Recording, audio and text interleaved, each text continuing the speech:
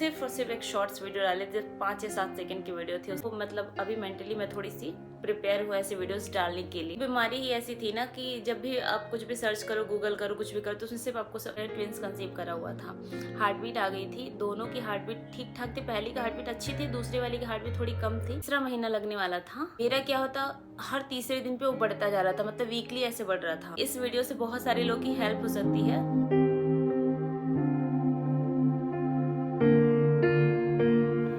Hi guys, welcome back to my channel. So guys, कैसे हैं आप लोग? आई होप सभी लोग अच्छे होंगे। मैं भी अच्छी हूँ, ठीक ठाक हूँ। तो आज मैं आप लोग सामने एक ऐसी वीडियो शेयर करूँगी जो काफ़ी टाइम पहले की है, बट मुझे उस वीडियो को बनाने के लिए इतना टाइम लग गया। तो जी हाँ, मैं ये वीडियो एटलीस्ट 1.5 साल हो गए, 1 साल हो गया कम से कम।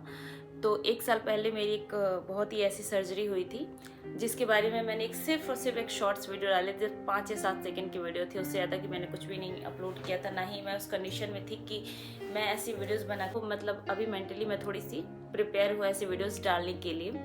तो मैंने सोचा क्यों नहीं वो एक्सपीरियंस आपके साथ शेयर किया जाए, क्योंकि बहुत सारे ऐसे लोग होते हैं। जब मुझे भी वो सर्जरी होनी थी ना, तो मैंने बहुत सारे वीडियोस देखे थे। और जब भी मैं यूट्यूब पे ऐसे वीडियोस ऐसे मतलब वो टाइटल डालती थी ना कि जो मुझे सर्जरी जिसकी चाहिए थी, तो वो हमेशा मतलब फॉरेन कंट्री का ही उसमें वीडियोस आते थे। तो वो एक बीमारी ही ऐसी थी ना कि जब भी आप कुछ भी सर्च करो, गूगल करो, कुछ भी करो, तो उसमें सिर्फ आपको बाहर का ही दिखाता है। इंडियंस का बहुत कम उसमें दिखता है। तो जो मैं नाम भी सर्च करती थी तो वो भी ऐसा नाम था, तो बाहर का ही सर्च करता था। क्योंकि इंडिया में भी होता है ना कि मेन नाम से तो जल्दी कोई इतना जानता भी नहीं है। कि मैंने जब सर्जरी कराने से पहले बहुत दिनों से, मतलब 1 साल नहीं, 6 महीने से कम मैंने रिसर्च किए थे कि कैसा होता है, क्या होता है। मुझे सब कुछ जानना था उसके बारे में, क्योंकि मुझे कुछ भी, अगर कोई भी हल्की सी भी बीमारी होती है ना, तो मैं पूरा एक एक डिटेल सर्च कर लेती हूँ कि कैसे होता है, क्या होता है, ट्रीटमेंट क्या है, सिम्टम क्या है, प्रोसीजर क्या है, सब कुछ मैं डिटेलिंग में मतलब सर्च कर लेती हूँ। तो मतलब डिटेलिंग पूरा मैं सर्च कर लेती हूँ।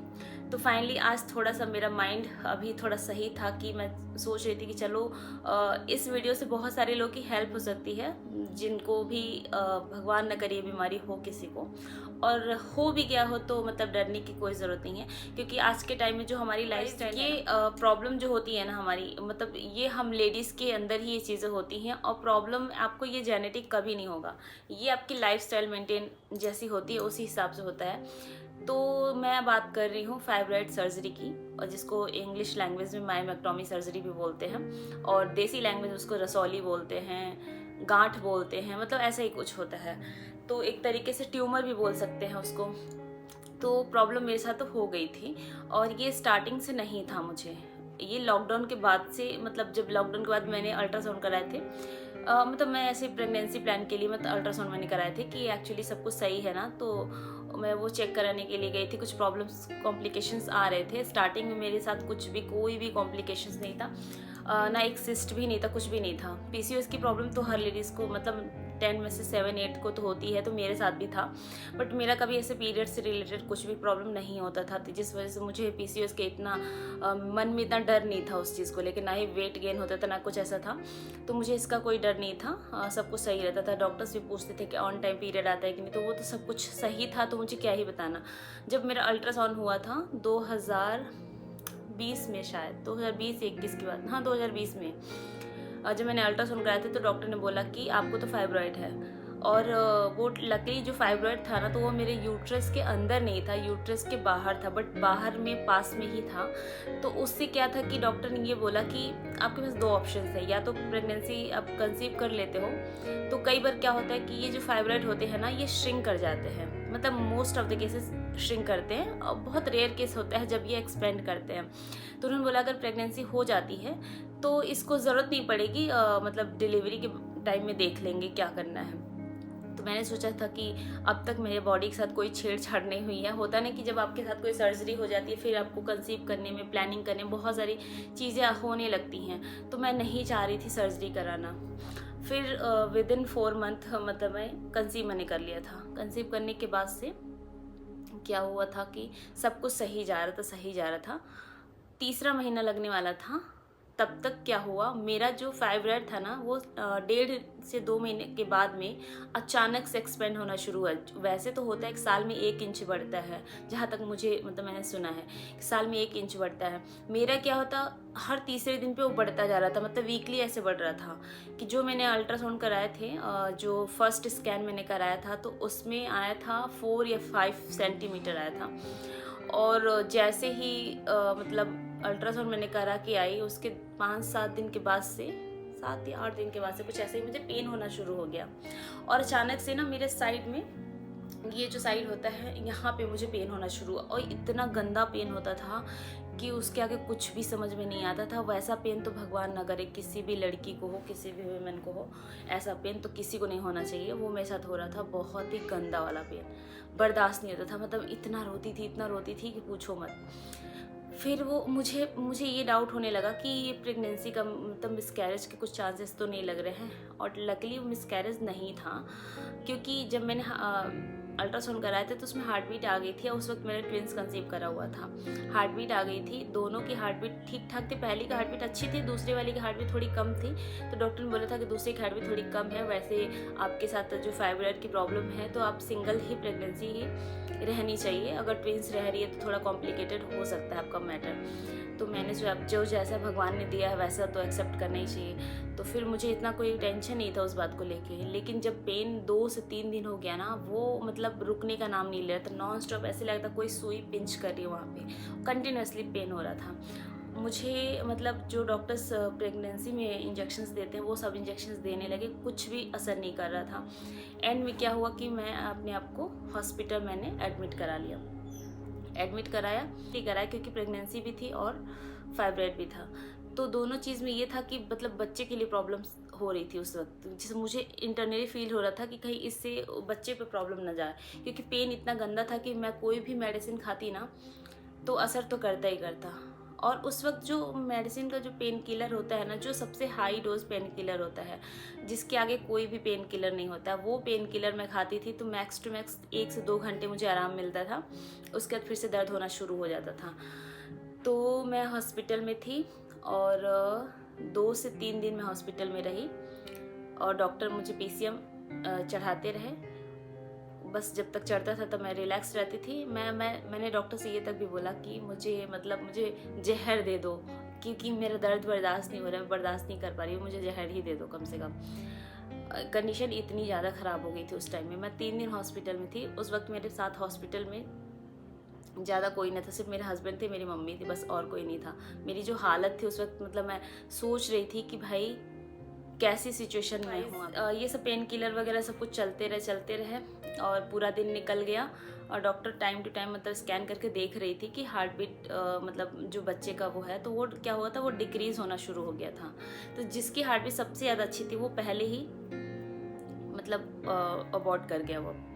फिर उसके बाद से सेकेंड डे जो बच्चे की हार्ट बीट कम थी, वो कम हार्ट बीट वाला जो बच्चा था उसका, वो 2 से 3 दिन तक खुद को उसने अपने आप को मतलब सफ़र किया, अपने आप को बचाने की कोशिश किया जैसा भी हुआ, लेकिन वो भी नहीं बचा। दोनों ही मतलब अबॉर्ट कर गए। लेकिन अब जब अबॉर्ट हो गया था तो प्रॉपर मेडिकेटेड अबॉर्शन को कराना ही पड़ता, क्योंकि डॉक्टर ने बोला था कि मतलब 8 वीक से ऊपर हो चुका है और अबॉर्ट तो करना ही पड़ेगा। तो फिर क्या हुआ, प्रोसीजर पूरा हुआ।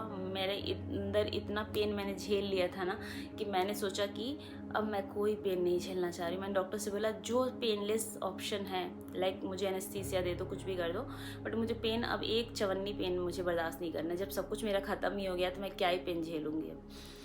तो फिर उसके बाद से एनेस्थीसिया के अंडर में मेरा मतलब मिसकैरेज अबॉर्शन जो भी करना तो प्रोसीजर हुआ, DNC वगैरह हुआ, तो सब कुछ हुआ। उसके बाद से डॉक्टर ने ये बोला कि हाँ, जब ये सब DNC वगैरह कंप्लीट हो गया तो उसके बाद से डॉक्टर ने 1 हफ्ते के बाद से जब स्कैन किया तो जो मेरा 4 सेंटीमीटर का फाइब्रॉइड था वो पेन के टाइम में 10 सेंटीमीटर पहुंच गया था। मतलब इतना बड़ा हो गया था।